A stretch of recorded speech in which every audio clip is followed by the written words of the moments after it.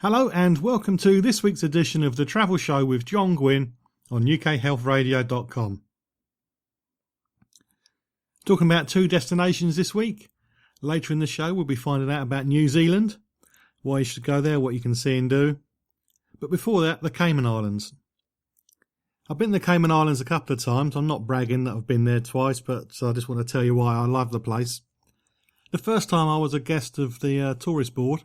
I was on what's called a FAM trip because I was a travel agent, and tour companies and tourist boards and governments take travel agents on little trips so you can learn more about the destination so you can become a better salesperson and better serve your clients. So I had 5 free days at Grand Cayman.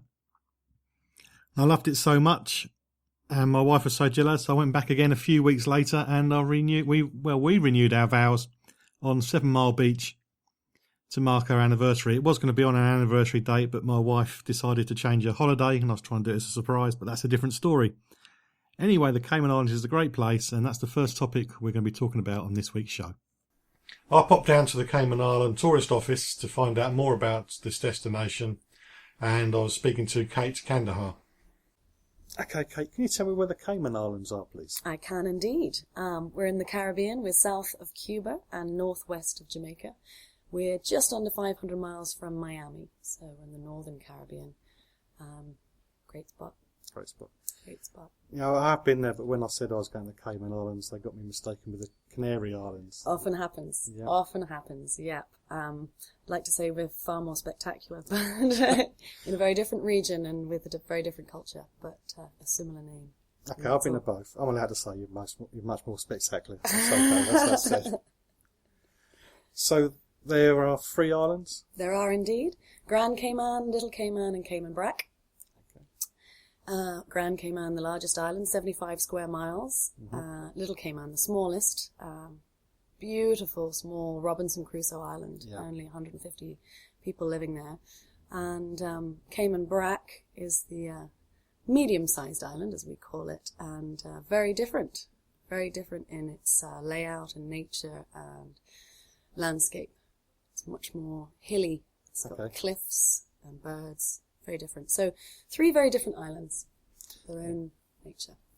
I've not been on the Brac, but I've been to Little Cayman, and I remember the airport. It's basically a shed. It is indeed.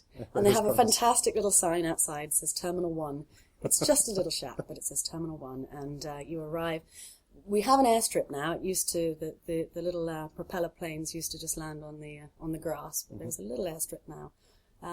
But that it really makes the trip. You arrive to a little shack, as you say, and walk straight onto the beach, basically, from the plane. Definitely straight on the beach. Mm-hmm. How do you get to the Cayman Islands? We have direct flights from London Heathrow with BA, which makes it very easy to get there 4 times a week. There's also very good connectivity through the States. So with Virgin Atlantic and a number of different airlines. Our national carrier is Cayman Airways, and they have a lot of connections through the States, so it's pretty easy to get there. We're lucky. It takes about 11 hours, and it's good connectivity. So. But the direct flights to the UK is probably the easiest. It's the easiest. Yeah. Jump on the plane, you get straight there. It stops via Nassau just for refueling for an hour, but it's direct. So. Right. That's good.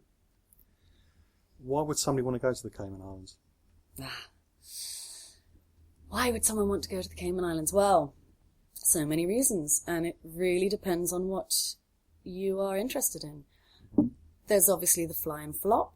Yep. There's the beach holiday. There's the totally getting away from it all. But there's also a lot of diversity in terms of nature, sports. Kite surfing is massive in the Cayman Islands at the moment. Okay. It's really growing. Diving, obviously, it's one of the best dive sites in the world. And it's over 365 dive sites in Cayman. So one for each day of the year, you can say. Wreck diving and cave diving, wall diving. It's really spectacular. The marine life is really spectacular. Restaurants, nearly over 200 restaurants in Cayman. Everything from fish fry on the beach to 5-star haute cuisine. It's spectacular food. So really, it's something for everyone. I have to agree with the food. I was at a restaurant called The Wharf, and it was just really nice. Fantastic. Yeah. Right on the sea. They feed the tarpon. Yep. Did you get to see some tarpon feeding? No, I may have had too much alcohol and had to go. I was falling asleep. You missed the tarpon feeding. Okay, well, next time you must see the tarpon feeding because it's beautiful in the moonlight, and they all the fish come out and they feed them after dinner. It's quite beautiful. I did mean to stay, honest, but it was a big day. When would be the best time of year to go? People obviously always ask this, and technically the peak season is October through June. Climate-wise, it's nice. It's less humid. It's less rainy. However, the summer period, June through September, technically the rainy period is one of my favourite times of year. It's quiet. It's calm. Whilst it's hotter, it's still a lovely time to be there. So if I'm to tell you technically, I would say October through June. However, the summer's great as well. It's all year round. Okay, climate, all year round. Which is beautiful. Yeah. Okay, with the time zone, what time zone is it in? We're GMT -5, so it changes throughout, but it's either 5 hours behind or 6 hours behind, depending on the seasons. So not really a jet lag problem. It's just. No, it's just the pain of leaving such a beautiful place and arriving back in the cold in England. But it's definitely cold at the moment. It is. What are the history of the islands? When did they first get discovered? 1503, Columbus sailed through. He saw a lot of nature. He called it Las Tortugas because of all the turtles. All he could see was turtles and nature, and not very much else. It wasn't an easy island when he found it.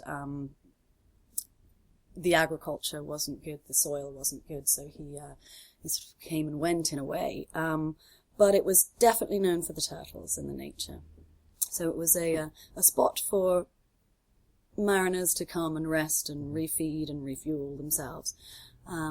It then got called Caymanis after the crocodiles, and now it's the Cayman Islands.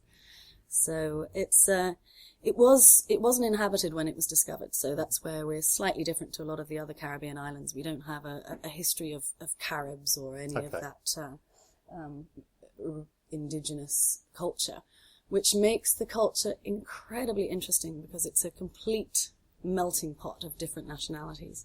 You see me, I'm Caymanian.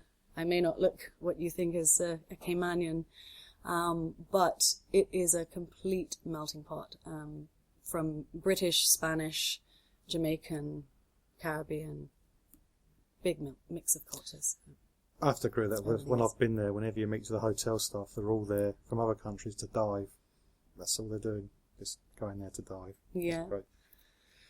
You're listening to The Travel Show with John Guinn on UKHealthRadio.com. Still to come on The Travel Show, we're going to be finding out about New Zealand and why you should pay a visit there. It's a long way, so you don't want to make the decision on the spur of the moment. You need to be educated beforehand, and you're going to find out all you need to know. But at the moment, we're speaking about the Cayman Islands, which is a little closer to home. It's only 10-11 hours away by plane from Heathrow. There isn't a non-stop flight, but there is a direct flight. You touch down in the Bahamas and then fly on, which is what we mentioned earlier. But now we're going to find out a little bit more about the three islands which are known as the Cayman Islands. The three different islands, they all have different characters. Could you just run through the characters of them, please? Yeah, absolutely. So Grand Cayman, the most developed of the three islands. These days, and again, it's in the last 20, 30 years has changed a lot. There is, I would go as far as to say, pretty much anything you could want of an island in terms of shopping, food, activities, nature, different sides of the island, large enough that you can have the nightlife and the experience, but you can also have the other side of the island, the calm and the very laid-back Caribbean feel as well. So that's I think the beauty of Cayman, is that you have that great difference between the two areas. Little Cayman is just, it's an experience that's very hard to describe until you've been there, and I think you've been there. I've been there, yeah. You step off the plane and it's like a sigh of relief. Your whole body relaxes just because it is so relaxed and so calm. It's Robinson Crusoe, totally. And you just forget everything. There is not a worry on that island.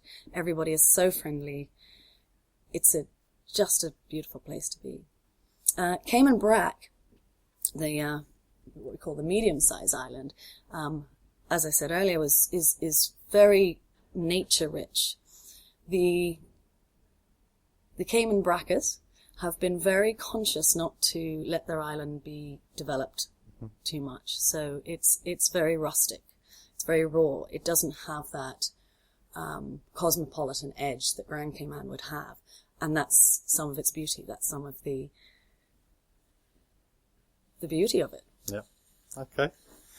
I guess most people go to Grand Cayman.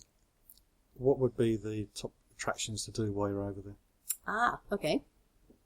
Well, being a bit of a nature lover, I would absolutely say the Botanic Park. 65 acres, showcasing 11 different ecosystems of the whole island within what they've done. Really good examples of all of the nature and the plants. We've over 250 different bird species, which all can be seen there. Yeah. We have a helicopter now, which does some fantastic rides around the island, and you can see, I don't know if the helicopter was there. You see the French pilot? Yes. Completely mad. Jerome. He is fantastic. He's done all kinds of crazy things throughout his life and his career with the helicopters. And he's quite happy to to give everyone that experience. And it's great. And he'll take you all across the island, and you can see right through the reefs and the coral, and he points out fish and sharks, and will take you around the island. So that's really a good experience. On the other side of things, there's a submarine as well. So you can go high and you can go low. I would always recommend diving to anyone who's going to go there. If you're a diver or not, an experience of diving in the Cayman Islands is, I think, a must. Absolutely. What I herald as well from Cayman is the new National Gallery. And I think for me, the art in Cayman has been really very interesting because of its diverse cultural history and the way that the art has progressed over the years. And the National Gallery has just opened in a new area. And it's spectacular. So I would definitely recommend the National Gallery as well. Okay, I've not done that one yet, so I've add that to my list. Please do. It was the first place I ever swum with stingrays. Absolutely, absolutely. And you can't swim with stingrays.